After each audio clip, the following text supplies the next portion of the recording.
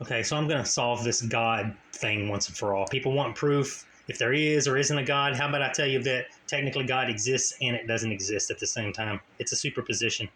Now, that sounds weird, doesn't it? God is in a superposition. But everyone's idea of God has been perverted over 2,000 years of misconceptions. Or you can say mine is, but listen, hear me out first. So if God is eternal, precedes the universe, and can't be made, basically, in a nutshell, the modern term of what God would be with all the definitions would be space. Infinite void space, just like what Genesis starts out with, the void. Space is there. It's something which is area, but it's no thing in the area. So it's something and nothing, making it neutral, 1 and 0. And this is where the something and nothing fallacies come in. Yeah, something was there before the universe. It was space, but it's nothingness.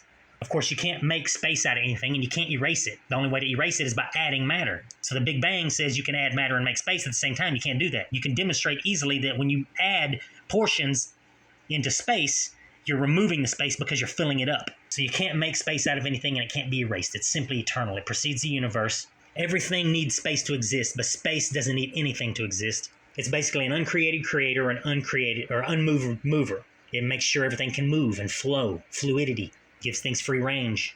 It's always been, too, you know? So it's holy. It's a big, giant hole. So it's holy. Plus, if you remove all the heat from the universe, you only have absolute zero. So everything came from absolute zero. So you could say 0 is God. Or you could say 1 is God. 1/0. God is something and nothing, essentially. Now, in an atheistic perspective, that means that God, technically, there is no God. It's nothingness. It's nothing. And according to a theist, that is God. That's something, and it preceded the universe. It ushered in the universe. So God is and isn't. Is, was, and always will be, and has always been. Now, if a scientist says, well, you can't even have nothing, which is space. You can't even have space. Well, tell me how you erase space. You can't.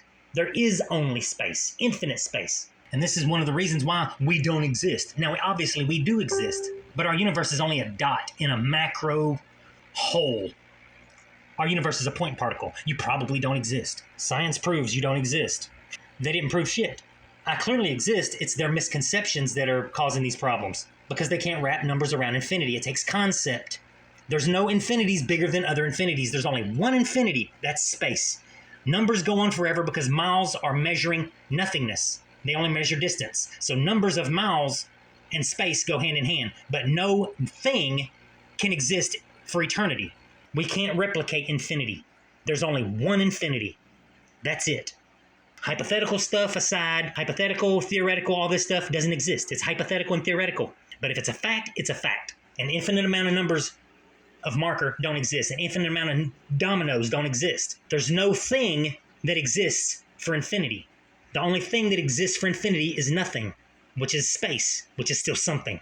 You see what I'm saying? That's where all these nothing something fallacies come from, because nobody's bothering to think about space. If you want to win a conversation, let's say you get in a debate with someone. If you bring up space and say a lot of the stuff I said, you'll blow their friggin' mind. Guarantee it.